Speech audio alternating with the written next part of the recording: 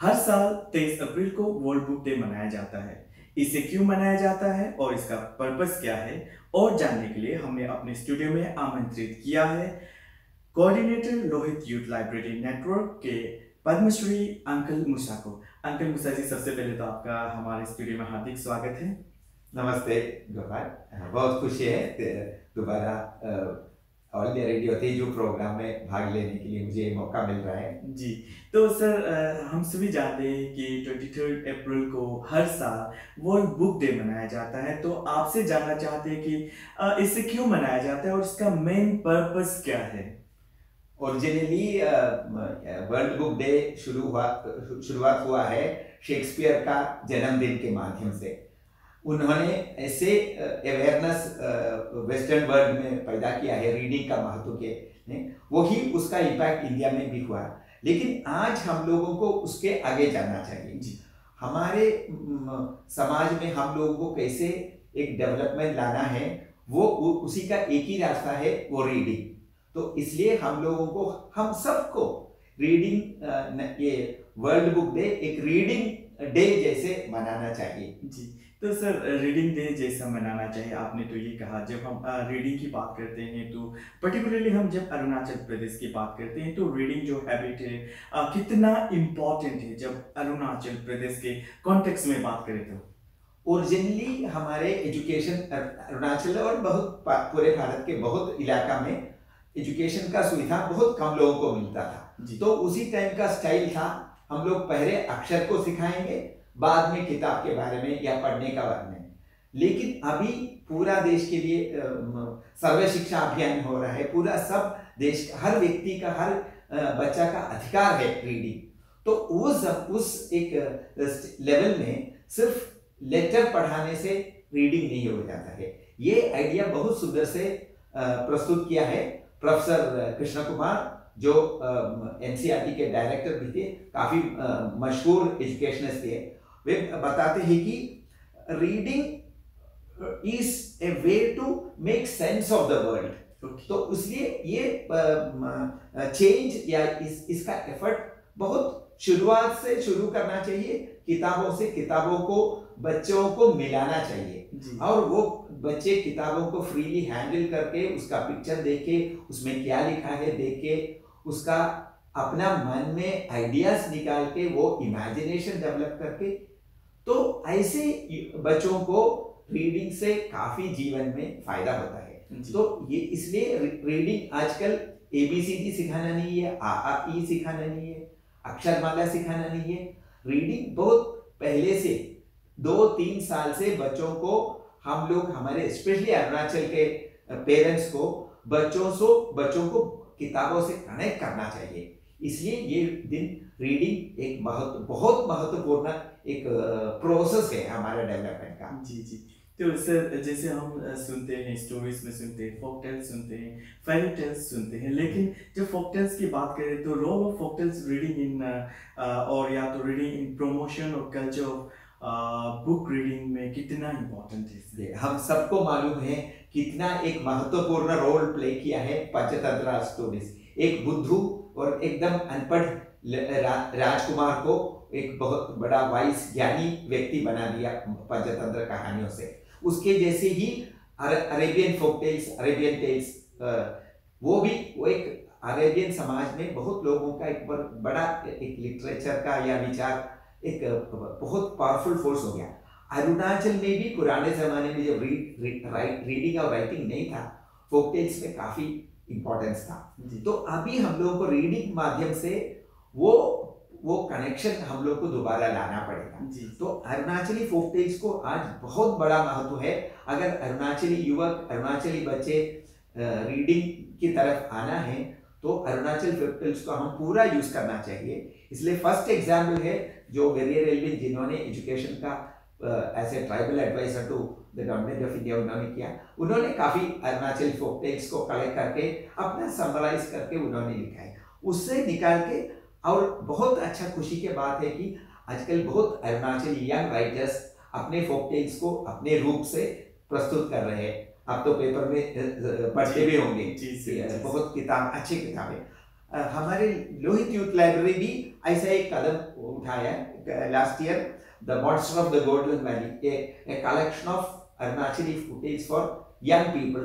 वो Lohit youth library network का किताब था। वो लास्ट ईयर दिसंबर 21 में हमारे अरुणाचल प्रदेश लिटरेरी सोसाइटी का चेयरपर्सन तोकची सर उसको रिलीज किया था ईटानगर में। उसको काफी अच्छा रिसेप्शन हुआ है। आशा करते हैं कि इस तरह का किताबें सब पूरा अरुणाचल में फैल जाएंगे और फोक टेल्स के माध्यम से अरुणाचली बच्चे बहुत रीडिंग के तरफ अट्रैक्ट हो जाएंगे। जी, तो सर जैसे हम ये मानते हैं कि बायोग्राफीज जो होते हैं बहुत ही कम लोग पढ़ते हैं शायद, लेकिन बायोग्राफीज जो पढ़ते हैं उसका भी एक अलग ही इम्पोर्टेंस है। इसका इम्पोर्टेंस क्या है सर, आपके थ्रू जानना चाहेंगे? जैसे हम लोग अभी ओरल लिटरेचर के बारे में बात कर रहे थे ना, ये भी फोक टेल्स जब बताते थे ऐसे लाइफ हिस्ट्री भी बताते थे। जैसे पहले टाइम से श्री राम का, श्री कृष्ण का, फिर राजाओं का, शिवाजी का, राणा प्रताप का, रानी लक्ष्मीबाई का, ये कहानी सुन के बच्चों को मोटिवेशन मिलता था। लेकिन अभी प्रिंटेड जमाना आ गया। अभी इस तरह का बुक्स आज हमारे युवकों का बीच में या बच्चों का बीच में हरदम होना चाहिए, ताकि वो लोग एक इंस्पायर होके अपना जीवन को एक नया लेवल पर पहुंचाने का कोशिश तो शुरू होगा। उसमें सबसे अच्छा एग्जाम्पल्स है जो मशहूर राइटर्स, मशहूर बायोग्राफीज तो हम लोगों को काफी मालूम है। लेकिन कुछ ऐसे बुक्स ऑथर्स भी हैं, ऐसे व्यक्ति भी है जिनके बारे में हम लोग को जानना है। उससे हमारे में एक मोटिवेशन आ जाए। एक फर्स्ट क्लास एग्जाम्पल में बताऊंगा, George Washington Carver, the hidden light, एक छोटा सा किताब था। वो उससे जॉर्ज वॉशिंगटन कार्वर एक ब्लैक अमेरिकन जो स्लेव था, उन्होंने अपना जीवन को कैसे ट्रांसफॉर्म किए कि अमेरिका के फॉरमोस्ट एग्रीकल्चर साइंटिस्ट बन गया। वो एक छोटा किताब बहुत बड़ा कंट्रीब्यूशन हुआ है। अभी नेशनल बुक ट्रस्ट उसका जॉर्ज वॉशिंगटन कार्वर का बायोग्राफी नेशनल बुक ट्रस्ट और पब्लिकेशन डिवीजन काफी इसमें कंट्रीब्यूशन दिया है। बहुत लोगों का, बहुत अननोन लोगों का जीवनी उन्होंने लेके आया है। ये सब ज्यादा एक्सपेंसिव भी नहीं है। आशा करेंगे कि सबसे ज्यादा लोग इसे बुक्स खरीदेंगे और अपने जीवन को एक लाइक बुक्स के बारे में हम बात करते हैं तो एक लाइब्रेरियन और लिंग्विस्ट, उनका हम इस ओकेशन में जरूर याद रखना है, हरिनाथ टेक। ये कलकत्ता का नेशनल लाइब्रेरी का फर्स्ट इंडियन लाइब्रेरियन थे। एट द एज ऑफ 34 उनका देहांत हुआ है। लेकिन उस टाइम तक उनको 20 यूरोपियन भाषाओं और 14 भारतीय भाषाओं में ज्ञान था, और वो उसका एग्जामिनर भी होके जाते थे जी। इतना 34 इयर्स में इन्होंने इतना बड़ा, और उनको 1 लाख रुपीस गवर्नमेंट ग्रांट दिया था उस जमाने में 1920s में। और वो वे ऐसे व्यक्ति थे, पूरा अपना पैसा गरीब स्टूडेंट्स को बांट करते थे, उनको स्कॉलरशिप पढ़ने के लिए, क्योंकि मेरा जीवन पढ़ने से डेवलप हुआ है और आप लोगों को ऐसा तकलीफ नहीं होना चाहिए। उन्होंने जितना भी उनको सैलरी मिलता था, ग्रांट मिलता था स्कॉलरशिप रिसर्च के लिए, वो पूरा पैसा गरीब स्टूडेंट्स को हेल्थ एजुकेशन के लिए डिस्ट्रीब्यूट करते थे। उनका लाइफ कितना इंस्पायरिंग है। सेम वे अभी सब जगह में बैटल्स हो रहा है, वार हो रहा है। अभी हम लोग को मालूम है कितना कठिनाइयां हो रही है यूक्रेन में इंडियन स्टूडेंट्स को। वो सब के हमारे भारतीय सेनाओं का सैक्रिफाइसेस, बलिदान, वो बहुत कुछ स्टूडेंट्स के मन में नहीं आ रहा है। तो उसके लिए एक बहुत अच्छा बुक आया है और सीरीज आया है। ये मेजर जनरल यान कार्डोजो, वो खुद एक वार वेटरन है। उन्होंने परमवीर का लाइफ के ऊपर काफी छोटा छोटा बुक्स भी पब्लिश किया है, बड़ा बुक भी। ये अगर हम लोगों को मालूम होना चाहिए कौन है 23 परमवीर चक्र जिन्होंने अपना जीवन पूरा भारत के लिए, हमारे लिए बलिदान किया है और उन्होंने पूरा इतना आउटस्टैंडिंग परफॉर्मेंस किए है। उनका जीवनी यंगस्टर्स को जरूर पढ़ना है। और मैं जरूर रेकमेंड करूंगा इस दिन हम जरूर परमवीरों के बारे में पढ़ना है। और मेजर जनरल यान कार्डोसो का बुक है, हमारे बैम्बूसा लाइब्रेरी में आके वो पढ़ भी सकते हैं। जी सर, ये तो बात हुई, मुझे भी और भी एक दो का तो नाम मैं भी जानता हूँ जिन्हें ब्रह्म चक्र मिला है, तो मैं भी चाहता हूँ कि मैं भी ये बुक पढूं। आपने बताया सर बायोग्राफीज पढ़ने का इम्पोर्टेंस क्या है, लेकिन साथ ही साथ बायोग्राफीज के साथ एक और कैटेगरी है ऑटोबायोग्राफी। सर हिस्ट्रिकल अकाउंट्स की बात करें तो ऑटोबायोग्राफी से भी उसको पढ़ने के लिए भी रीडिंग हैबिट बहुत इम्प्रूव हो जाता है, तो उसका इम्पोर्टेंस और कितना बढ़ जाता है। ये तो आपने बहुत इंपॉर्टेंट एरिया टच किया है। ऑटोबायोग्राफिकल अकाउंट से हम लोग को उस जमाने का लाइफ कैसा है एक ऑब्जेक्टिव व्यू अभी एज ए रीडर हम लोग को मिलता है। जो राइटिंग करने टाइम पर वो उसमें इन्वॉल्व है, लेकिन एज ए रीडर आज का जमाने में लाइफ कैसा है, उस जमाने में लाइफ कैसा था, वो हम लोग को मेंटली कंपेयर करके उनसे हम लोग क्या सीख सकते हैं। फर्स्ट नंबर 1 एग्जाम्पल है गांधी जी का बायोग्राफी, ऑटोबायोग्राफी जी माय एक्सपेरिमेंट्स विद ट्रूथ। उसके वो तो बहुत मशहूर है, लेकिन लिटिल नोन अकाउंट्स भी ऐसे हैं, बहुत इंस्पायरिंग है। एक मुझे बहुत अच्छा लगा है, एक American author lady Laura Ingalls Wilder 1860 में जब सेंट्रल अमेरिका में पॉपुलेशन एकदम कम था, ये माइग्रेशन हो रहा था, उनके पिताजी और माताजी उस एरिया में गए थे, काफी अननोन जंगली एरिया ही था। उसमें उनका कैसा जीवन था, कैसे कठिनाई होती थी, उस टाइम का लाइफ कैसा है, वो समझने के लिए वो आजकल बहुत यूजफुल है उनका लॉरा इंगल्स वाइल्डर का ऑटोबायोग्राफिकल हिस्टोरिकल अकाउंट्स। ये उन्होंने 8 बुक्स बाद में पब्लिश किया है। अभी उस जमाने का अमेरिका कैसा था हम लोग को भी आश्चर्य लगेगा, इतना कठिनाई है। जैसे 50 इयर्स में इंटीरियर सुबनसिरी में या इंटीरियर लोहित में अंजाव में कैसा लाइफ था, उससे भी मुश्किल था उस टाइम। तो ये हम लोगों को लॉरा इंगल्स वाइल्डर का एक बुक्स बहुत इंस्पायरिंग है हम लोग को। वो आइडिया लेके हमारे लोहित लाइब्रेरी मूवमेंट भी एक छोटा सा बुक पब्लिशिंग किया है, मिश्मी समाज में गांव में लाइफ कैसा होता है। जो ये स्टूडेंट रीडर्स एक्टिविस्ट उन्होंने एक छोटा सा अपना छोटा लेवल पर क्लास 5 to क्लास 8 स्टूडेंट्स अपने गांव के बारे में, लाइफ के बारे में उन्होंने लिखा है। ये बुक है मिशमीलैंड म्यूजिक्स, वो पब्लिश हुआ है 2017 में बैम्बूसा लाइब्रेरी के माध्यम से। उसका भी बहुत अच्छा रिव्यू मिला है। बहुत मशहूर educationist and author Manoj Das जिसमें उनको काफी अच्छा ये रिव्यू किया है। Arun Kumar Dutta another very famous writer, वे तो एडिट किए हैं। तो ऐसे लोगों का कंट्रीब्यूशन, अपना लाइफ का रिफ्लेक्शन हम लोग को मिलता है।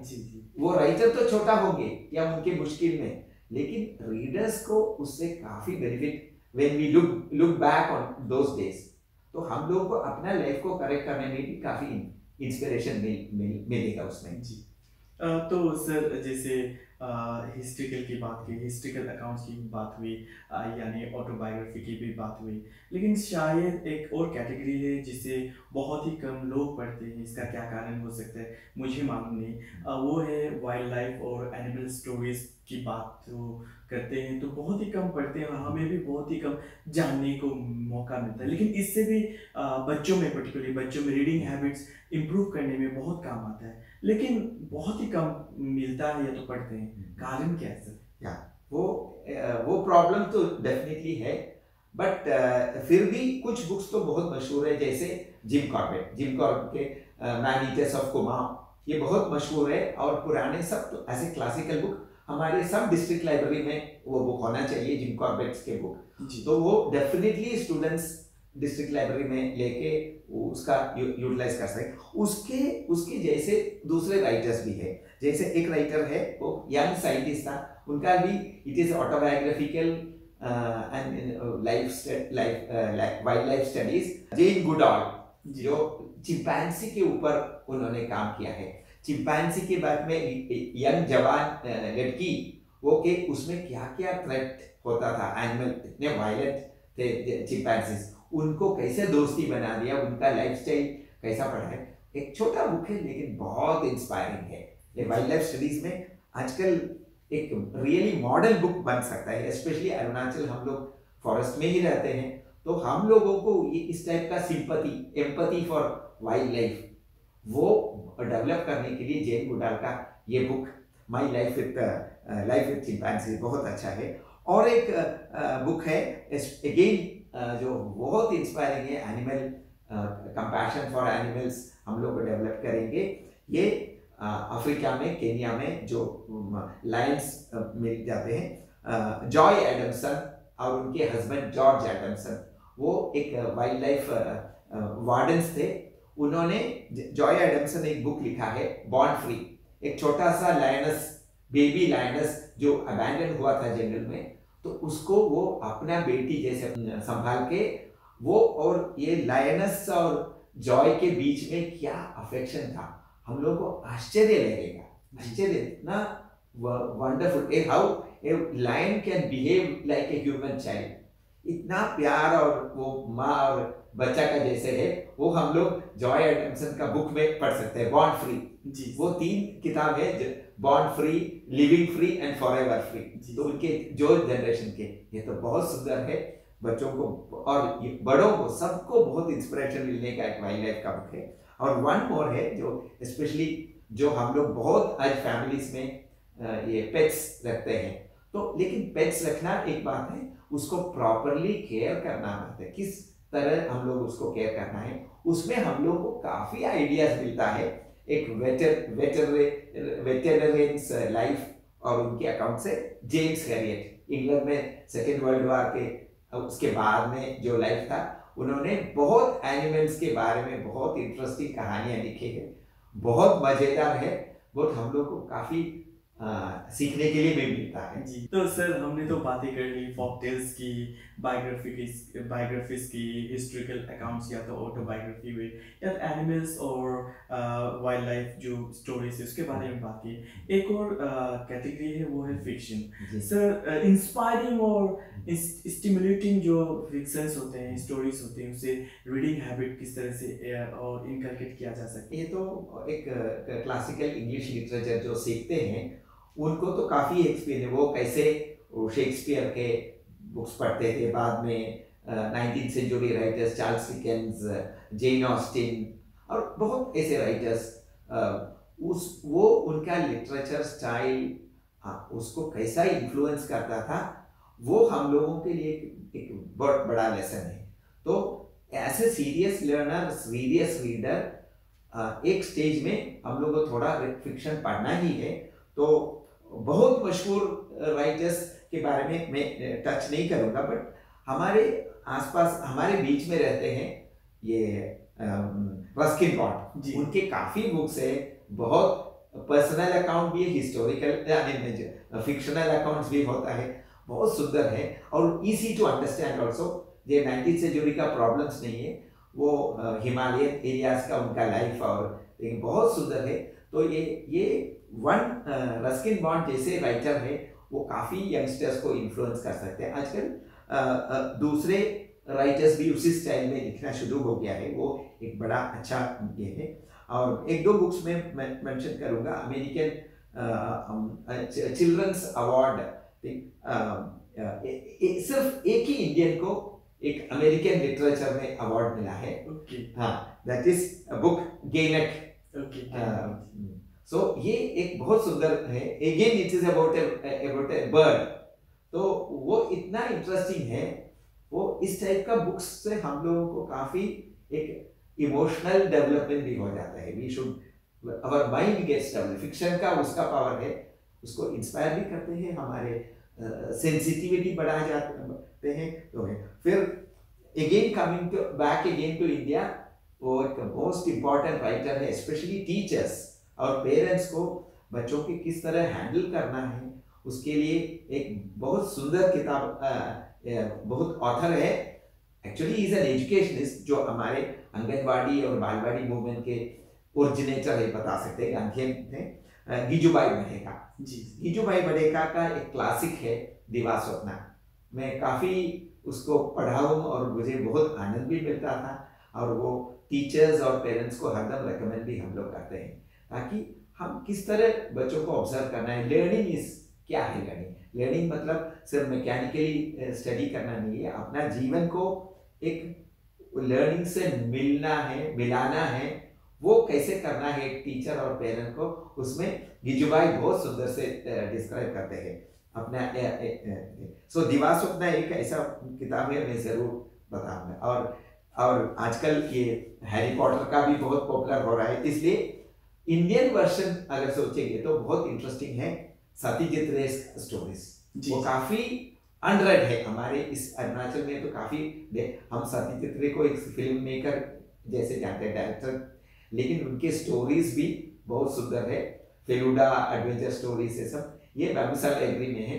आशा करते हैं कि हमारे लोहित के स्टूडेंट्स और पूरे अरुणाचल के स्टूडेंट्स ये सत्यजीत रे का स्टोरीज, वो खुद बंगाली में, इंग्लिश में भी equally he could write in both languages, तो वो बड़ा एक आनंद है सत्यजीत रे का स्टोरीज पढ़ने का। सर जब हम अरुणाचल प्रदेश की ही बात करें, राइटर्स की बात करें, और भी बहुत सारे राइटर्स हैं जिनका मैं नाम लेना चाहूँगा, जैसे यमलाम ताना हुआ, the place where rivers meet हुआ, मामंग दाई हुई, उनका जो ब्लैक हिल हुआ, या तो इस तरह के बहुत सारे और भी हिंदी राइटर्स भी हैं।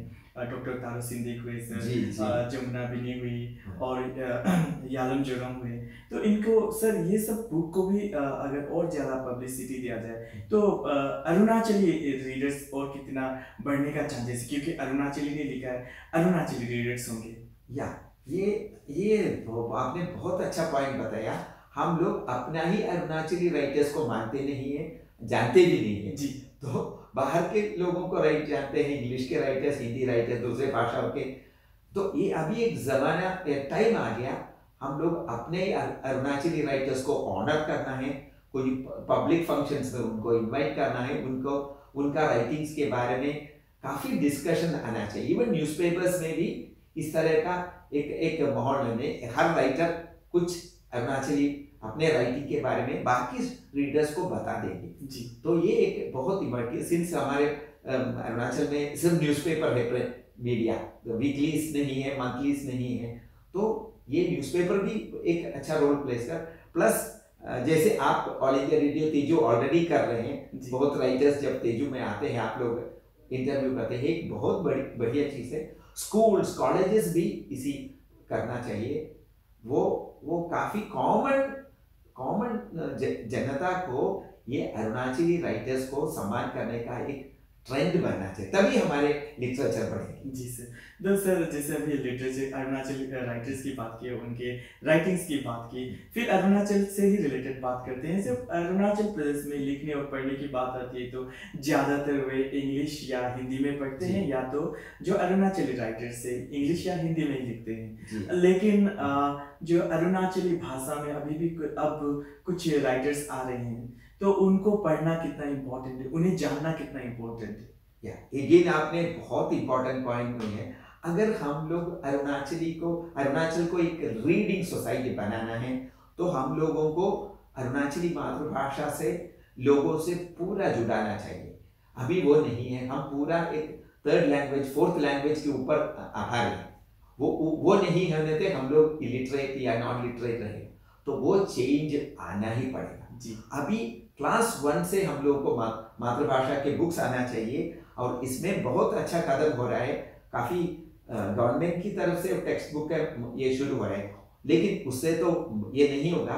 और अच्छा कदम एक तो हमारे लोहित यूथ लाइब्रेरी मूवमेंट इसमें भी काफ़ी एनकरेजमेंट कर रहे हैं, लोगों को अपील कर रहे हैं। तो फर्स्ट एक इनिशिएटिव श्री सुखेब जी किए हैं इधर में लोहित में, तो वो मिश्मी भाषा में उन्होंने 2 बुक्स पब्लिश किया है। हमरिल माई साई वो 2017 में रिलीज हुआ है मिश्मी भाषा में, और 2019 में जब गांधी जी का 150th ईयर सेलिब्रेशन हो रहा था, 5 अरुणाचली भाषाओं में 5 अरुणाचली भाषाओं में ये गांधी जी का जीवन, तुलिका, दोनों बुक्स तुलिका पब्लिश किया है। मिश्मी, आदि, अपतानी, निशी और नक्ते। ये राइटर्स को बहुत तारीफ करना चाहूँगा, क्योंकि इन्होंने करेज लेके, अपना एफर्ट लेके उसको ट्रांसलेट किया इंग्लिश से और अपनी मातृभाषा में लाया है। अभी सेम एफर्ट दूसरे लोगों से, दूसरा कम्युनिटीज में भी शुरू करना चाहिए। एक बहुत अच्छा कदम हुआ है इदुमिशमी कल्चरल लिटरेरी सोसाइटी से, IMCLS रोइंग, और प्रथम ग्रुप से एक टाई अप होके वो काफी 15-20 बुक ऑलरेडी प्रथम के बैनर में इदुमिशमी अभी ऐसे ई बुक जैसे बनाया है, अभी शॉर्टली प्रथम उसका प्रिंटेड वर्जन्स भी ला है। तो और अनदर 50 बुक्स IMCLS का पाइपलाइन में है जी। तो ये बहुत तारीफ करने की बात है, बहुत उनको मैं बहुत बहुत आभारी करता हूँ अरुणाचली भाषाओं का एक सपोर्ट करने के लिए, उनके कंट्रीब्यूशन ये बहुत बहुत अच्छा चीज़ है। ये हर भाषा में ये एफर्ट होना चाहिए, क्योंकि प्रथम के बुक्स फ्रीली ट्रांसलेबल, कोई रॉयल्टी प्रॉब्लम नहीं है, इसलिए फ्रीली डाउनलोडेबल, फ्रीली यूज, और प्रथम हमारे अरुणाचली भाषाओं को डेवलप करने के लिए काफ़ी इंटरेस्टेड भी है। तो आशा करते हैं कि हर अरुणाचल के हर लैंग्वेज ग्रुप्स में ये प्रथम ट्रांसलेशन शुरू करने से कम एक साल में हम लोग को 100 बुक्स, हर मातृभाषा में 100 बुक्स बनाने का एक टारगेट रखना है, वो जरूर हो जाएगा। उसके लिए youngsters, college students, university students एक बड़ा लेवल पर आना चाहिए। तो सर अभी आपने एक वर्ड यूज किया है, ई बुक्स। हम कहते हैं कि जब ई बुक्स नहीं थे, सुविधाएं नहीं थी, तो लोग और ज्यादा पढ़ते थे, लेकिन आज जो है बहुत सारे सुविधाएं हैं, ई बुक्स हुआ या तो PDF फॉर्मेट में भी हम लोग पढ़ लेते हैं, लेकिन कई लोग कहते हैं कि लोगों के एज ए होल लोगों में जो रीडिंग हैबिट है कम हुई है। आप क्या कहना चाहेंगे? यही आपने ठीक ही पॉइंट किया है कि फैसिलिटी होने से रीडिंग नहीं होता है जी। ये मोबाइल में है, मटेरियल्स है, लेकिन एक कंप्लेसेंस आ जाता है, फिर सोचे ठीक है उधर में है, हम बाद में पढ़ेंगे। तो और प्लस हम सबको मालूम है कि ये ऑनलाइन रीडिंग या इंटरनेट हमारे फोकस ऑफ अटेंशन बहुत कमजोर हो जाता है, तो वो नहीं होगा बुक्स में। आप फिजिकल बुक हैंडल करने से जब आप आपको विदाउट डिस्ट्रैक्शन पूरा ही आपका मन उसमें अब्जॉर्ब हो जाएगा, आपका फोकस डेवलप होगा, आपका अटेंशन बढ़ेगा, आपका रीडिंग स्पैन बढ़ेगा, आपका absorption of what we read. Internet में हम लोग बहुत चीज देखते हैं, हम भूल ही जाते हैं। कुछ लोगों को अपना मोबाइल नंबर भी याद नहीं है जी जी ऐसा कंडीशन हुआ है जी जी 2-3 मोबाइल नंबर होने से एक तो याद नहीं जी सर। तो हम लोगों को मालूम है क्या इम्पैक्ट होता है एक, इसलिए प्रिंटेड बुक्स एक ही रक्षा अरुणाचली समाज को, अरुणाचल को एक रीडिंग सोसाइटी बनाना है। नेक्स्ट 5 इयर्स में हम लोग को प्रिंटेड रीडिंग, बुक रीडिंग एक बहुत बहुत महत्वपूर्ण रोल प्ले करते हैं, हमको एक्सेप्ट करना ही पड़ेगा। और हम आशा करते हैं कि एक नया ये आज का दिन जो वर्ल्ड बुक डे के में हम सब लोग इसको एक सॉर्ट ऑफ खुद को ये प्लेज करेंगे, मैं एक रीडिंग कल्चर खुद में बनाऊंगा और दूसरों में उसको पैदा करने के लिए कोशिश भी करें। आप सभी जानते हैं कि ये दो बैम्बूसा लाइब्रेरी और लोहित यूथ लाइब्रेरी नेटवर्क ने रीडिंग हैबिट को और आगे बढ़ाया है। आपको क्या लगता है कि चैलेंजेस और बढ़ गए हैं? जरूर चैलेंजेस तो है, क्योंकि एक तो ये मूवमेंट चल रहे हैं थ्रू वॉलंटियर्स आर स्टूडेंट्स, तो उनको तो स्टेज होता है, जो स्कूल में है वो कॉलेज जाते हैं, कॉलेज से हटते फिर एम्प्लॉयमेंट, तो वो एक नया पीढ़ी वॉलंटियर्स को तैयार करने का एक बड़ा चैलेंज है। उसके लिए अलग अलग सेक्शन ऑफ सोसाइटी से लोग आना चाहिए, हाउसवाइफ आना पड़ेगा, कॉलेज स्टूडेंट्स आना पड़ेगा, टीचर्स आना पड़ेगा। एक अच्छा कदम आजकल हम हुए, हमारे तीजू के BEd कॉलेज के teachers as an organisation, BEd college भी लाइब्रेरी के साथ हम लोग एक टीम अप किया है, हम लोग एक साथ काम करने का एक नया प्रोग्राम शुरू किया है, शेयरिंग हमारे एक्सपर्टाइज को बाकी कम्युनिटी के मेंबर्स को। अभी एक प्रोग्राम चल रहा है बैम्बूसा लाइब्रेरी में, वो class 10 students, weak class 10 students को अपना परफॉर्मेंस इंप्रूव करने का एक enrichment programme, learn better score better एक आइडिया, तो बुक से कनेक्ट करने का एक इस तरह का रोल हर लाइब्रेरी को है। और बैम्बूसा लाइब्रेरी ऐसे ही संस्था है, फ्रॉम द बिगिनिंग हर दिन शाम को खोलते हैं, उसके लिए छुट्टी नहीं है, हर दिन हमारा कोशिश है कि 3 बजे से 5 बजे जरूर वो खोल के रहना चाहिए। और लोग आना चाहिए, हर एज के ग्रुप सबको आने का उसमें फैसिलिटी है, सुविधा है। हम आशा भी करते हैं पूरे अरुणाचल के लोग इस तरह का लाइब्रेरीज को अपने अपने एरिया में डेवलप करेंगे। तो सर इस वर्ल्ड बुक डे के अवसर पर हमारे रीडर्स को या तो राइटर्स को या जो रीडर्स भी नहीं है उन्हें क्या कहना चाहेंगे? बस यही है, एक किताब से शुरू कर दीजिए, आप एक अच्छा रीडर बनेंगे, एक अरुणाचल का एक रीडिंग सोसाइटी बनाने की आपका कंट्रीब्यूशन बड़ा बड़ा रहेगा। जी सर। तो सर आप हमारे स्टूडियो में आए और वर्ल्ड बुक डे के अवसर पर इतनी सारी जानकारियाँ दी और बहुत सारे इश्यूज पे बातें हुई, इसके लिए आपका बहुत बहुत धन्यवाद। धन्यवाद गोपाल, धन्यवाद लिसनर्स।